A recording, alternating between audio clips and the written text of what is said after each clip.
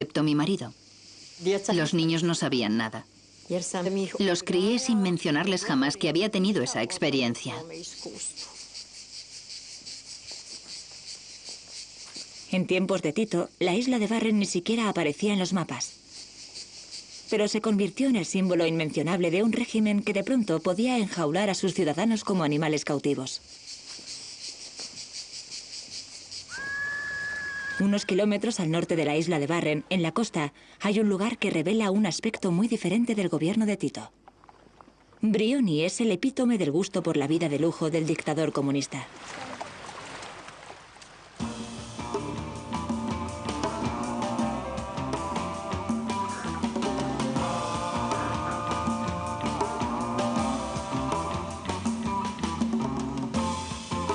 Hoy, multitudes de visitantes curiosos descubren que los posteriores ocupantes de este palacio presidencial no se han apartado mucho del modelo de poder de Tito. Este es el estudio de Tito. Es casi el original. Lo interesante es que este espacio fue también usado por otros dos presidentes croatas. El presidente Franjo Tuđman y el presidente Mesić. Esta es una escultura de nuestro gran artista Anton Augustinčić. Fue instalada aquí en 1953. Lo curioso es que aunque se titulaba La vergüenza, Tito la llamaba Eva. Y cada vez que Tito salía de la villa, cambiaba su posición. Esta es su posición original. Así es como Eva lo recibía todas las mañanas. Tuđman adquirió el hábito de hacer lo mismo. El presidente Mesić también hace el esfuerzo de mostrar la belleza de la antigua La vergüenza, la Eva de Tito, a sus invitados, demostrando así la pericia de los escultores croatas. Líderes tanto occidentales como del bloque soviético vinieron a hacer la corte a Tito en Brioni. Él aceptó ayudas de ambos lados, pero evitó comprometerse con ninguno. En lugar de eso, Brioni se convirtió en el marco para la formación de un tercer grupo que catapultó a Tito a la escena mundial: las naciones no alineadas. Pero la alta diplomacia tenía poco significado para sus conciudadanos, que se quedaron más impresionados cuando a finales de los 50 Tito presidía un país próspero. Tito consiguió iniciar una economía de consumo sirviéndose del capital occidental. Financió asimismo su continua represión de la disidencia. Cuando salí de Goli Otok por segunda vez se me discriminaba. Para que lo entiendan enseguida, no pude solicitar un pasaporte hasta 20 años después. Estaba vigilado constantemente por la policía, por los servicios de inteligencia, por todos. Cada vez que Tito venía a Zagreb, venían a detenerme.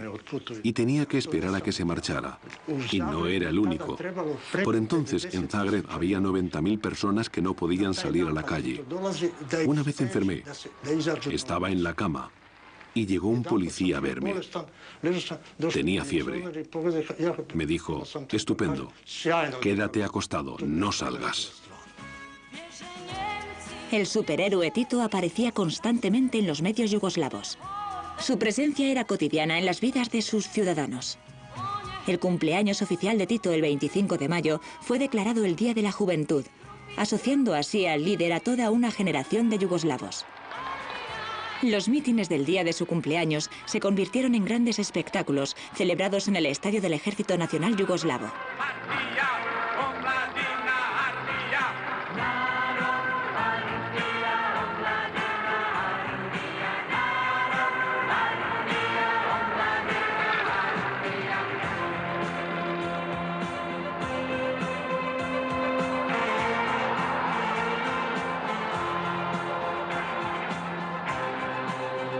El clímax de las concentraciones era la presentación de un bastón de mando con felicitaciones para Tito.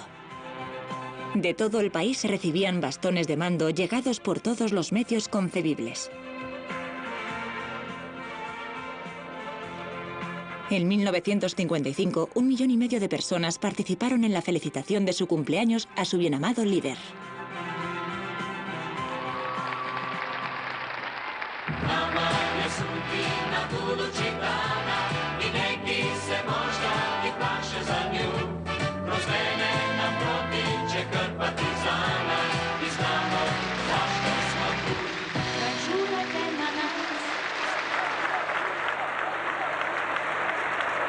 Sva srca večera su uz Saniju Kiseni, koja će u ime naroda i omladine Jugoslavije preneti drugu Titu rođendanske čestitke.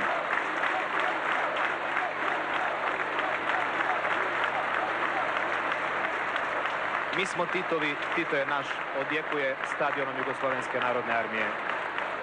Tito, Tito, Tito je naše sunce. Tito, Tito, Tito je naše srce. Našoj reći nigde nigde kraja, jer nas ista ljubav spaja.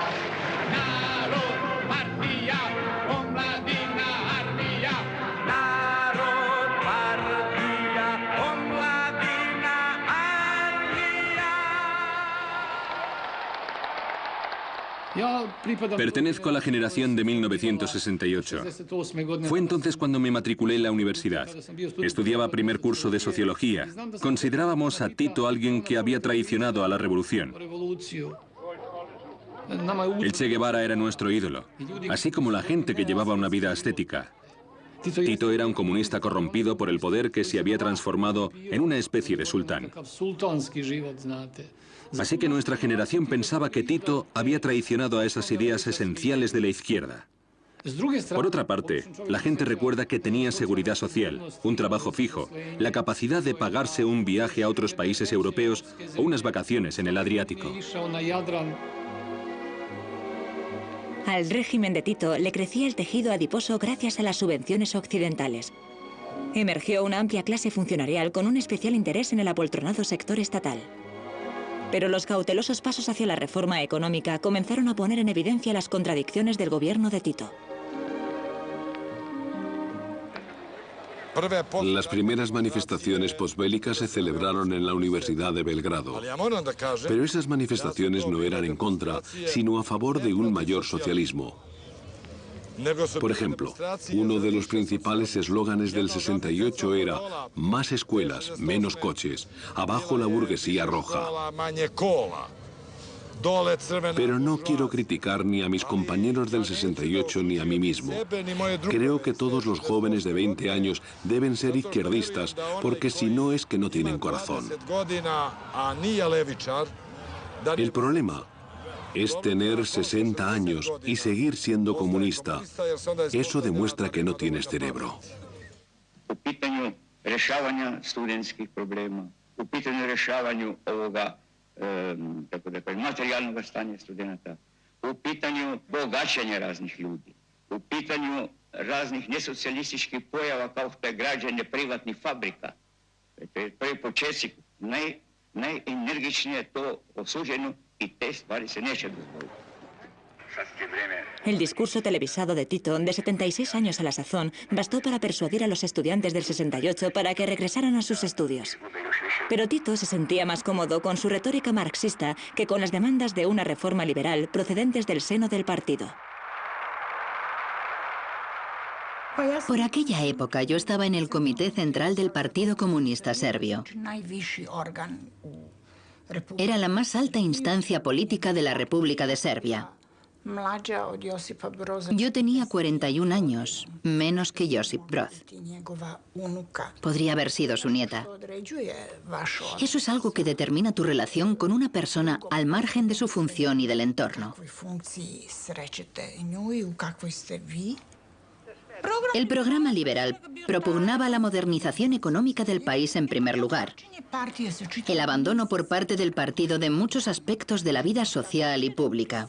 Me estoy refiriendo a Serbia, ya que es donde yo trabajaba. Esto implicaba cierto compromiso político con los demás y el rechazo de la política dictada. Creíamos que Tito era superfluo en su papel de árbitro, y eso es lo que era. Lo respetábamos como persona, pero sabíamos muy bien que su política estaba desfasada. Para los años 70, el eslogan de hermandad y unidad comenzaba a sufrir un desgaste.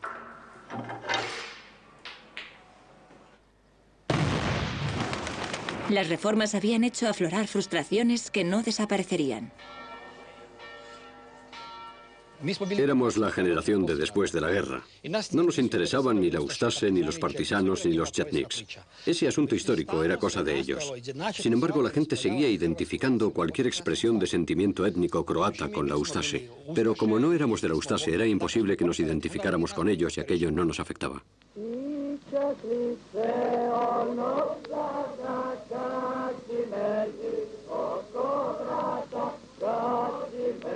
Yo estaba a favor de la democratización y de la liberalización de la sociedad, del derecho a negarse a ser lo que los demás te decían que fueras.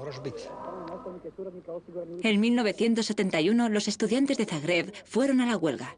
Era la culminación de lo que dio en llamarse la primavera croata, la exigencia de una mayor autonomía en el seno de la Yugoslavia de Tito.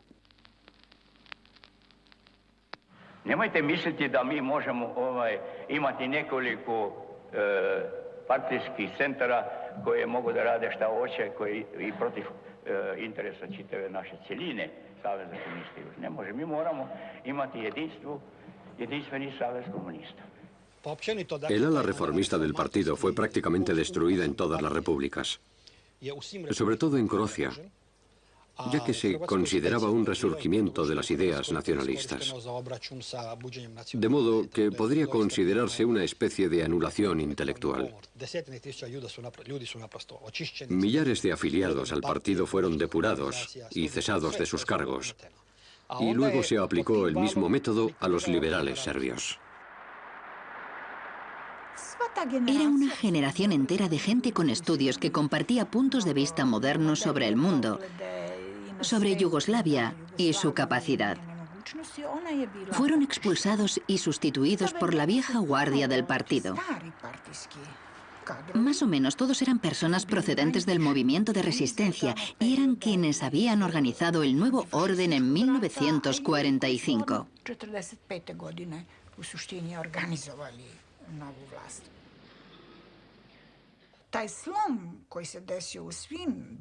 La debacle que tuvo lugar en todas las repúblicas ex-yugoslavas durante los años 70 condujo a una restalinización, al refuerzo del partido.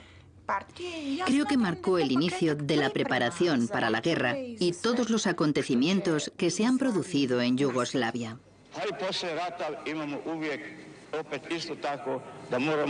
Dokazivati da Jugoslavija je jedinstvena.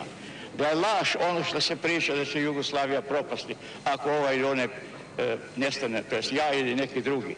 Jugoslavija je danas tako vezana, toliko je jedinstvena, bez obzira na više nacionalnosti. Gledao sam sada kad smo išli iz Beograda i po noći, po kiši, ogromna masa sveta nas je dočekivalo. Zar bi čovjek išao da je nezadovoljan, da recimo danas dočekuje po noći i po 4-5 sati čeka sav mokar da se sretne sa nama da nas vidi? Ne bi. To dokazuje jedinstvo našeg naroda. To dokazuje veru tih naših naroda u nas, u našu težnju, našu politiku i našu težnju da učinimo čim više što možemo dok mi postojimo za našu zemlju.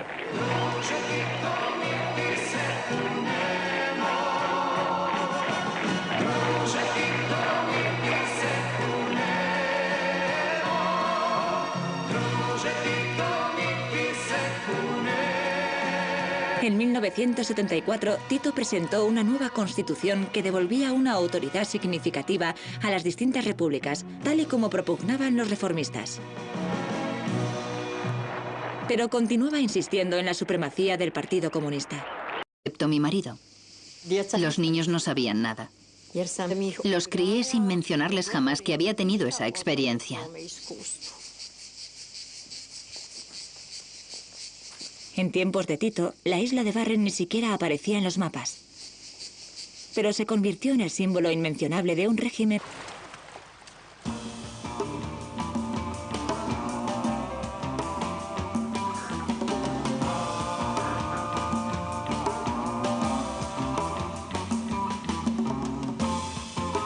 Hoy, multitudes de visitantes curiosos descubren que los posteriores ocupantes de este palacio, el presidente Franjo Tuđman y el presidente Mesić.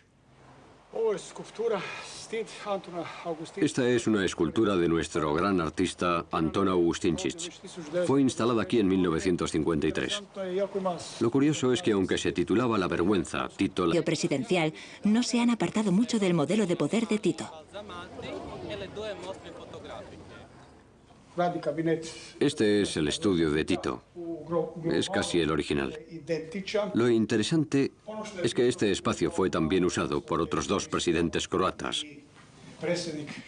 Que de pronto podía enjaular a sus ciudadanos como animales cautivos.